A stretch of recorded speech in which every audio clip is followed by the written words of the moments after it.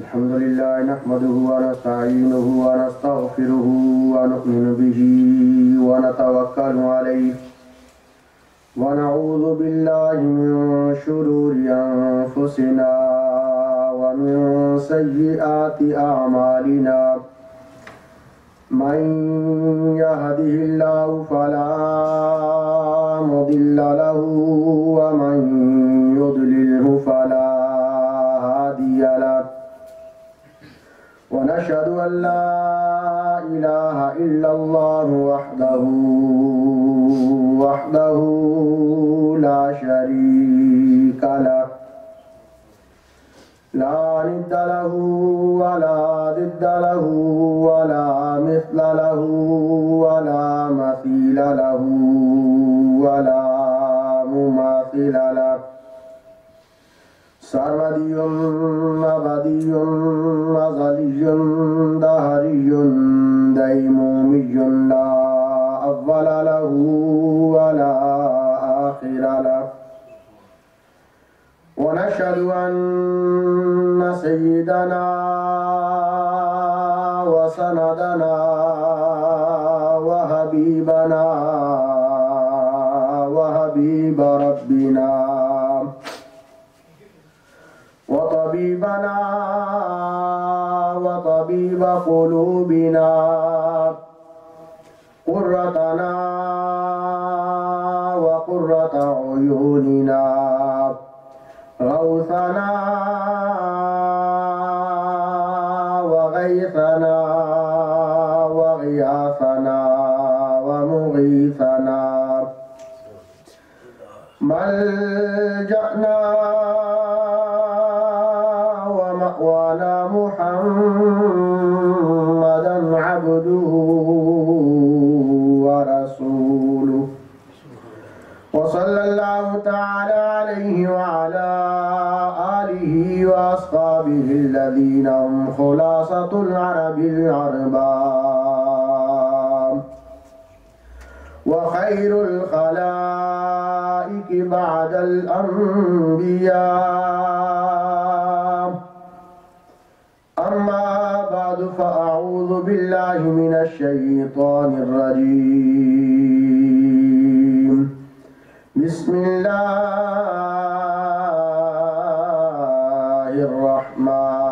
الرحمن الرحيم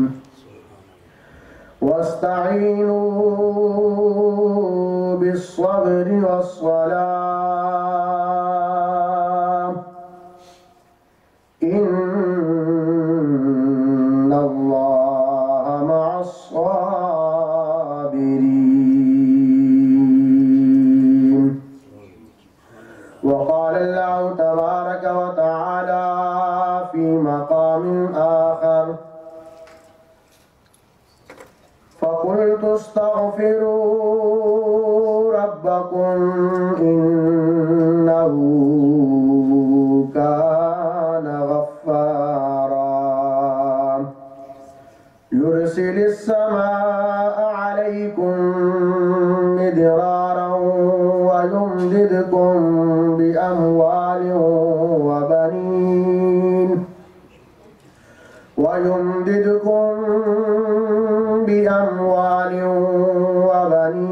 ويجعل لكم جنات ويجعل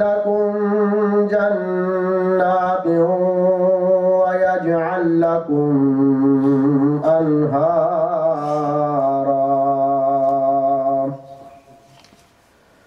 آمنت بالله صدق الله ومولانا العظيم وصدق رسوله النبي الكريم وقال الله تبارك وتعالى في شان حبيبه مخبرا وآمرا إن الله وملائكته يصلون على النبي يا أيها الذين آمنوا صلوا عليه وسلموا تسليما اللهم صل على سيدنا محمد وعلى آل سيدنا وأصحاب سيدنا ومولانا محمد وبارك وسلم وصل عليه. الصلاة والسلام عليك يا سيدي يا رسول الله وعلى آلك وأصحابك يا سيدي يا حبيب الله. الصلاة والسلام عليك يا سيدي يا شفيع المذنبين وعلى آلك وأصحابك يا سيدي يا رحمة للعالمين. مولاي صل وسلم دائما أبدا على حبيبك خير الخلق كلهم. هو الحبيب الذي ترجى شفاعته لكل حول من الأحوال مقتحم. يا أكرم الخلق ما لي من ألوذ به سواك عند حلول الحادث العممي. يا ربي بالمصطفى بلغ مقاصدنا واغفر لنا ما مضى يا واسع الكرم. مولاي صل وسلم دائما أبدا على حبيبك خير الخلق كلهم. حمد و صلاة کے بعد واجب الاحترام حاضرین و سامعین ذوقار، اللہ تبارک و تعالیٰ کا بے حد و بے شمار احسان، اس کا فضل و کرم کہ اس نے آج کا جمعۃ المبارک کا بابرکت دن پھر ہمیں عطا فرمایا، اور ان مبارک ساعتوں میں ہمیں نماز جمعہ ادا کرنے کے لیے اپنے گھر میں حاضر ہونے کی توفیق عطا فرمائی۔ قرآن مجید فرقان حمید سے مختلف دو مقامات سے چند آیات کریمہ آپ احباب کے سامنے تلاوت کرنے کا شرف حاصل کیا ہے۔ اللہ تبارک و تعالیٰ سے دعا ہے کہ رب ذوالجلال مجھے حق بیان کرنے کی توفیق عطا فرمائے۔ اللہ تبارک و تعالیٰ ارشاد فرماتا ہے، یا ایھا الذین آمنوا استعینوا بالصبر والصلاۃ ان اللہ مع الصابرین۔ اے ایمان والو، صبر اور نماز کے ساتھ اللہ تبارک و تعالیٰ سے مدد مانگو۔ سامعین محترم، دوسرا جو مقام جہاں سے آیات کریمہ آپ احباب کے سامنے تلاوت کرنے کی شاہ صرف حاصل کی، اللہ تبارک و تعالیٰ سورہ نوح میں ارشاد فرماتا ہے، استغفروا، حضرت نوح علیہ السلام اپنی امت سے کہتے ہیں اور اللہ تبارک و تعالیٰ کی بارگاہ میں عرض کرتے ہیں کہ میں نے اپنی امت سے کہا، استغفروا ربکم انہ کان غفارا، کہ اے میری قوم اللہ تبارک و تعالیٰ سے استغفار کرو، اس سے گناہوں کی بخشش اور مغفرت طلب کرو کہ اللہ تبارک و تعالیٰ انتہائی زیادہ معاف کرنے والا گناہوں کی بخشش فرمانے والا ہے. یرسل السماء علیکم مدرارا، اللہ تبارک و تعالیٰ آسمان سے تمہارے اوپر بارش نازل فرمائے گا. وَيُمْدِدْكُمْ بِأَمْوَالٍ وَبَنِينَ، اور اللہ تبارک و تعالیٰ تمہیں مال اور اولاد کی کثرت عطا فرمائے گا، مال اور اولاد کے ساتھ تمہاری مدد فرمائے گا. وَيَجْعَلْ لَكُمْ جَنَّاتٍ وَيَجْعَلْ لَكُمْ أَنْهَارًا، اللہ تبارک و تعالیٰ تمہارے لیے باغات بھی پیدا فرمائے گا اور تمہارے لیے نہروں کو بھی وہ جاری فرما دے گا. ان آیات کریمہ پر اگر غور کیا جائے، اگر ہم آج اپنے حالات کو دیکھیں، ہر انسان اپنے اپنے گریبانوں میں جھانکے اپنے اپنے حالات کو دیکھے، تو ہر شخص یہ گلہ اور یہ شکایت کرتا نظر آتا ہے کہ پریشانیاں، تکلیفیں، مصیبتیں ہمارا دامن نہیں چھوڑتی، ہمارا پیچھا نہیں چھوڑتی. آج ہم طرح طرح کی پریشانیوں میں، طرح طرح کی تکلیفوں میں مبتلا ہے. ذہنی سکون کوئی نہیں، دل میں کوئی اطمینان، کوئی چین نہیں، اور ہم در بدر کی ٹھوکریں کھاتے پھرتے ہیں کہ کوئی ہمیں ایسا وظیفہ بتا دے، کوئی ایسا عمل بتا دے کہ ہماری یہ ساری پریشانیاں، یہ ساری تکلیفیں، یہ ساری مصیبتیں دور ہو جائیں، ختم ہو جائیں. لیکن قرآن مجید فرقان حمید کا اگر انسان مطالعہ کرے، اگر رسول اللہ صلی اللہ تعالی علیہ وسلم کی سیرت مطالعہ کا انسان مطالعہ کرے، آپ کی حدیث مبارکہ کا انسان مطالعہ کرے اور یہ جاننے کی کوشش کرے کہ ہماری تکلیفیں، ہماری یہ پریشانیاں یہ کس طرح ختم ہو سکتی ہیں، ہمیں ذہنی طور پر، ہمیں قلبی طور پر سکون کس طرح میسر ہو سکتا ہے. اللہ تبارک و تعالیٰ ارشاد فرماتا ہے وَاسْتَعِینُوا بِالصَّبْرِ وَالصَّلَاةِ، کہ صبر اور نماز کے ساتھ مدد طلب کرو. اگر تمہیں کوئی پریشانی ہے، اگر تمہیں کوئی تکلیف ہے، کسی مصیبت میں گرفتار ہو، اگر کسی پریشانی کے اندر گرفتار ہو، چاہے وہ پریشانی دنیاوی ہو یا دینی ہو، آؤ اللہ کی بارگاہ میں آ کے سجدہ ریز ہو جاؤ. آؤ اللہ کی بارگاہ میں آ کر اس کے حضور اپنے سر کو جھکا لو. اللہ تبارک و تعالیٰ تمہاری پریشانیوں کو دور فرما دے گا. اللہ تبارک و تعالیٰ تمہاری مصیبتوں کو دور فرما دے گا،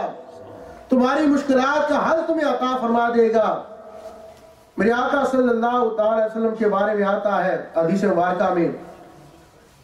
کہ جب بھی کوئی پریشانی، کوئی مسئلہ میرے آقا صلی اللہ علیہ وسلم کو پیش آتا، تو آپ صلی اللہ تعالی علیہ وسلم وضو کر کے اللہ تبارک و تعالیٰ کی بارگاہ میں آ کے کھڑے ہو جاتے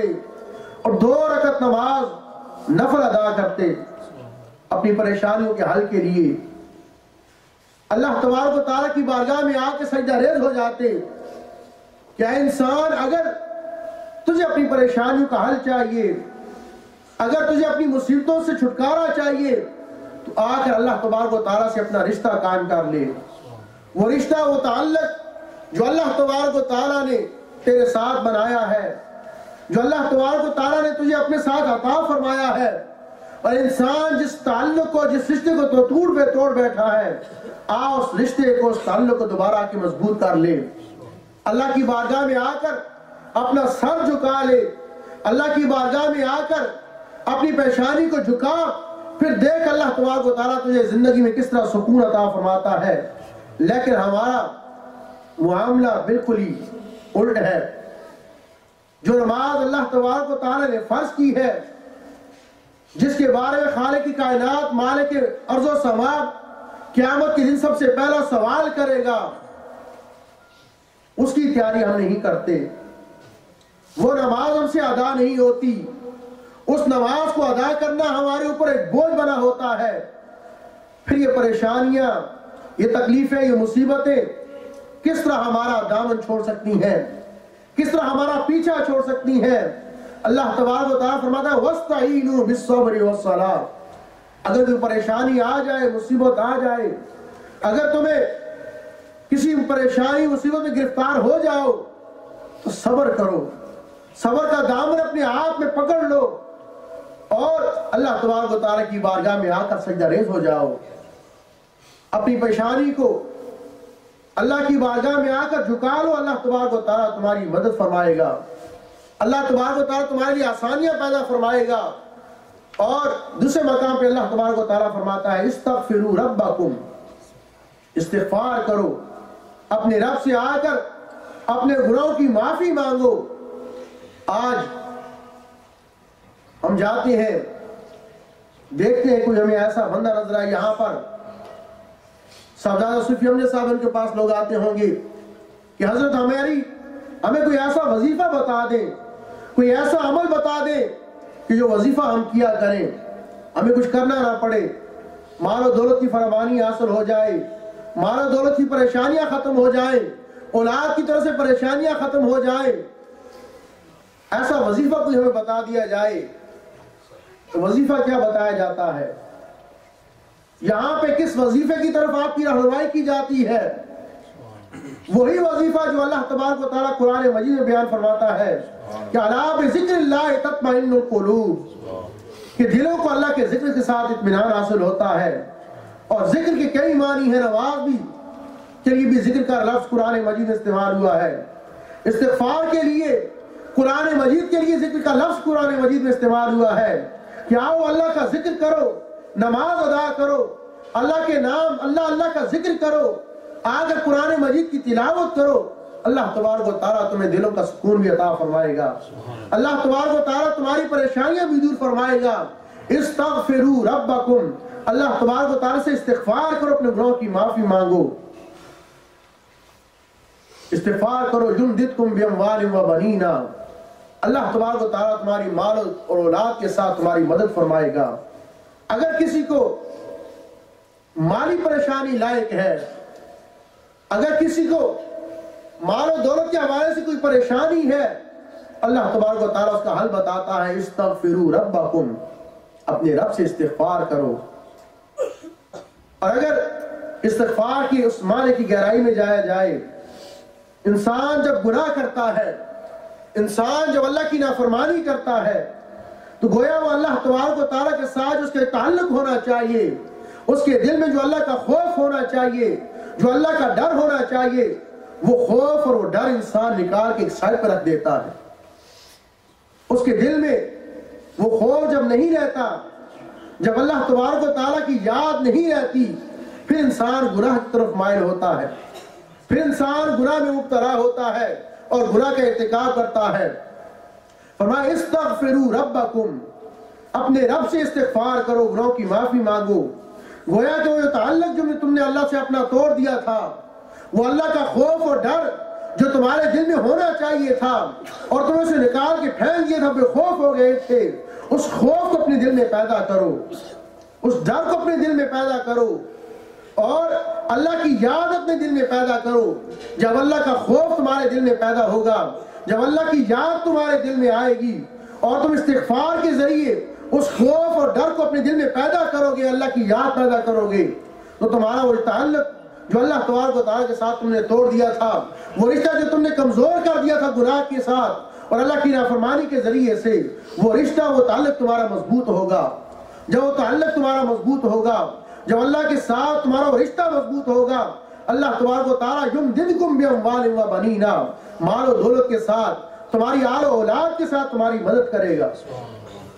تمہیں قوت عطا فرمائے گا۔ اگر کسی کے پاس مال و دولت نہیں ہے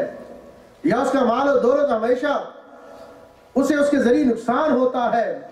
یا مال و دولت کی وجہ سے کسی پریشانی میں مبتلا ہوتا ہے، وہ مال و دولت بظاہر سے کام نہیں آتا، یمددکم باموال،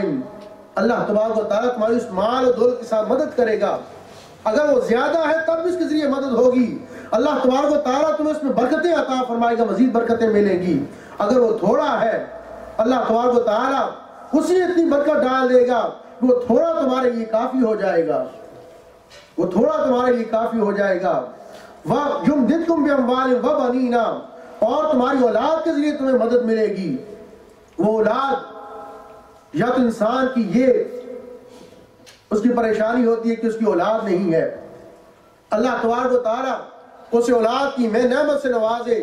اللہ تبارک و تعالیٰ اسے اولاد کی نعمت عطا فرمائے. تو آؤ اللہ کی بارگاہ میں استغفار کرو,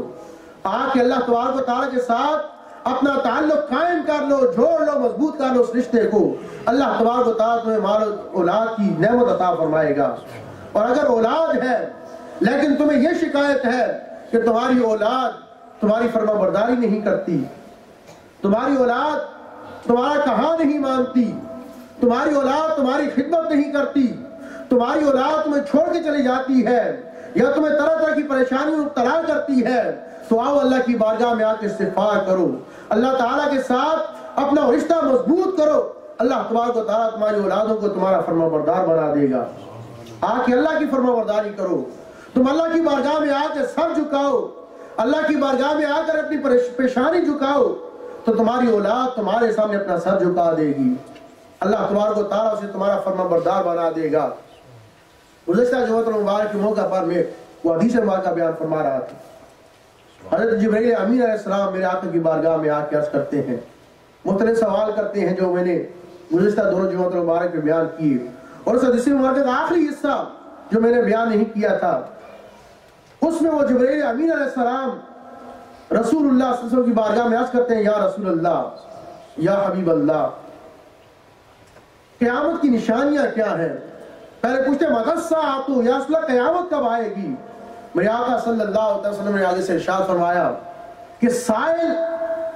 مسئول کا جو علم ہے, جس سے پوچھا جا رہا ہے اس کا جو علم ہے قیامت کے بارے میں, وہ سائل سے زیادہ نہیں ہے. گویا جو مجھے پتا ہے قیامت کے بارے میں, سائل سوال کرنے والے, اتنا علم تجھے بھی ہے قیامت کے بارے میں کہ قیامت کب واقع ہوگی. چونکہ وہ آنے والا شخص جس کے بارے میں عمر فاروق رضی اللہ عنہ فرمایا تھا کہ وہ مسافر جس پر سفر کے آثار نہیں ہے, یہ پتہ نہیں چلتا کہ دور دراز سفر کر کے آیا ہے, مقامی باشندہ بھی نہیں کہ ہم اسے جانتے ہو, وہ سائل عرض کرتا ہے کہ یا محمد صلی اللہ علیہ وسلم مجھے قیامت کی نشانیاں بتا دے. تو رسول اللہ صلی اللہ علیہ وسلم جو نشانیاں اس سائل کو, جو حقیقت میں حضرت جبرائیل امین علیہ السلام تھے اور انسانی شکل میں آئے تھے, جس کا میرے آقا صلی اللہ علیہ وسلم بعد میں عمر فاروق رضی اللہ عنہ سے فرماتے ہیں کہ عمر تجھے پتا ہے, کیا تم جانتے کو آنے والا سائل وہ شخص کون تھا جو سوال و جواب کر رہا تھا؟ عمر فاروق رضی اللہ عنہ کی یا رسول اللہ, یا حبیب اللہ, اللہ اس کے رسول بہتر جانتے ہیں, مجھے تو علم نہیں. میرے آقا صلی اللہ علیہ وسلم فرمائے جبرائیل, اے عمر, وہ حضرت جبرائیل امین علیہ السلام تھے جو تمہیں تمہارا دین سکھانے آئے تھے کہ کس طرح اپنے بزرگوں کی بارگاہ میں, انبیاء کی بارگاہ میں, اولیاء کی بارگاہ میں, اساتذہ کی بارگاہ میں آ کے ان کے سامنے بیٹھا جاتا ہے, ان کے آداب کیا ہے, اور جو دینی ضروریات ہیں, جو دینی نالج ہے وہ کیا ہے. تو جب اس سائل نے سوال کیا قیامت کی نشانیوں کے حوالے سے, تو ان میں سے ایک نشانی جو میرے آقا صلی اللہ علیہ وسلم نے بیان فرمائی, کئی نشانیاں ہیں, وہ لمبی حدیث ہے, لیکن ایک بات جو آج کے عنوان کے حوالے سے مناسب رکھتی ہے, میرے آقا صلی اللہ علیہ وسلم نے ارشاد فرمایا کہ مائیں اپنے آقاؤں کو, لونڈیاں باندیاں اپنے آقاؤں کو پیدا کریں گی, اور اس کی ان الفاظ کی مفسرین اکرام نے کئی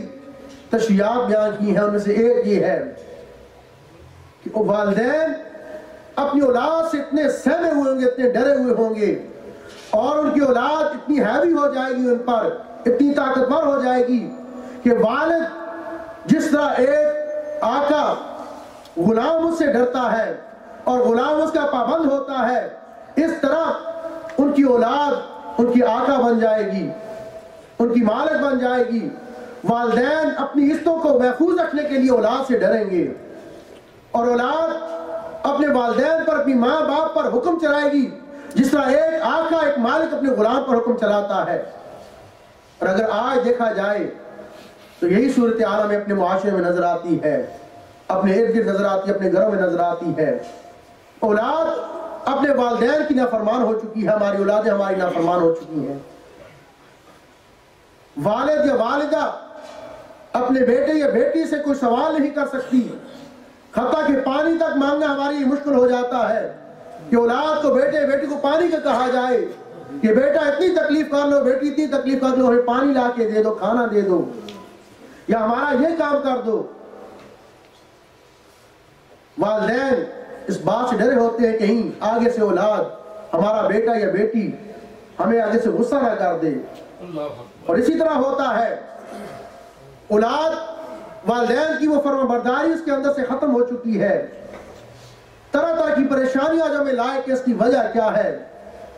کہ آج ہم اللہ کی نافرمانی کر رہے ہیں۔ آج ہماری پریشانیاں، ہمارے سر اپنے رب کے سامنے، اپنے پروردگار کے سامنے، اپنے خالق و مالک کے سامنے نہیں جھکتے، اور اس کا ہمیں یہی ثمرہ آگے نظر آ رہا ہے کہ ہماری اولاد جسے ہمارا ماتحت ہونا چاہیے، جسے ہمارا فرما بردار ہونا چاہیے، وہ ہماری نافرمان ہو چکی ہے، اس لیے کہ ہم نے اپنے مالک و خالق کی فرما برداری کو چھوڑ دیا ہے۔ ہماری اولادیں ہماری فرما برداری چھوڑ چکی ہیں۔ آج اگر ہم اللہ کی بارگاہ میں سر جھکانا شروع کر دیں، اللہ کی بارگاہ میں آ کر اپنی پیشانی سجدے میں رکھنا شروع کر دیں، تو کوئی وجہ نہیں کہ ہماری اولاد ہماری فرما بردار نہ ہو۔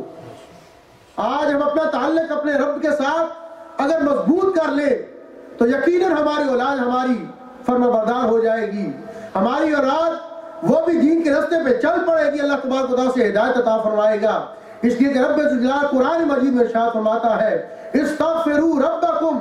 اگر تم اپنے رب سے استغفار کرو، اپنے رب کے سامنے آ کر سر جھکا لو، اپنے گناہوں کی معافی مانگ لو، اپنا تعلق رشتہ مضبوط کر لو، یمددکم باموال و بنین، وہ تمہارے مال کے ذریعے، تمہاری اولاد کے ذریعے تمہاری مدد کرے گا۔ وہ مدد ایسی ہوگی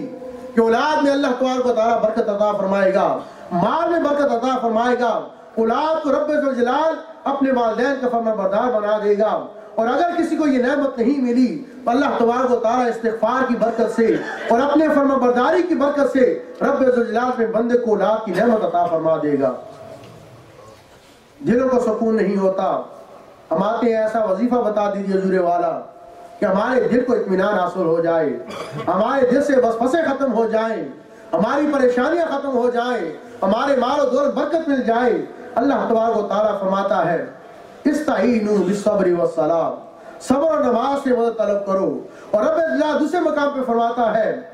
کہ الا بذکر اللہ تطمئن القلوب، کہ اللہ کا ذکر کرو، اللہ تبارک و تعالیٰ تمہیں دل کا اطمینان عطا فرما دے گا،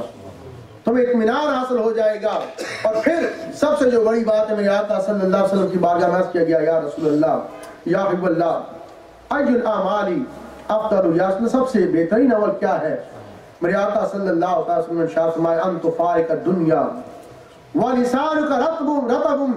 بذکر اللہ اور من ذکر اللہ، کما قال علیہ الصلوۃ والسلام، کہ اے بندے سوال کرنے والے سائل، سب سے بہترین عمل تیرا یہ ہے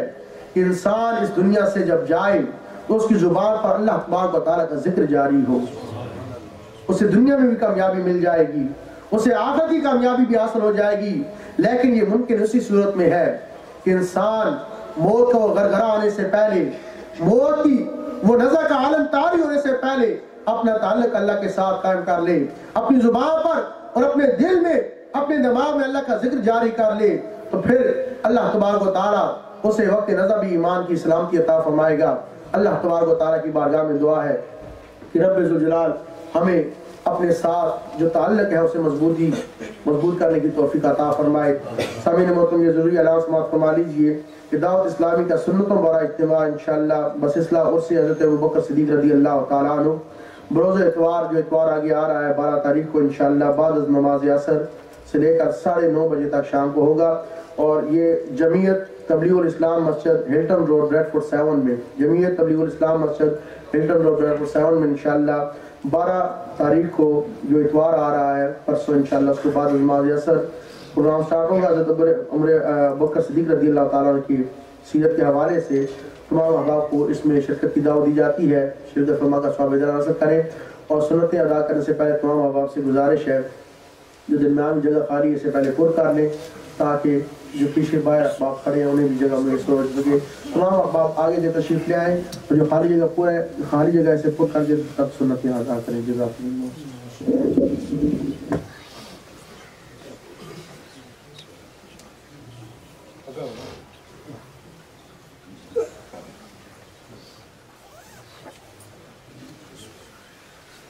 Yes, sir.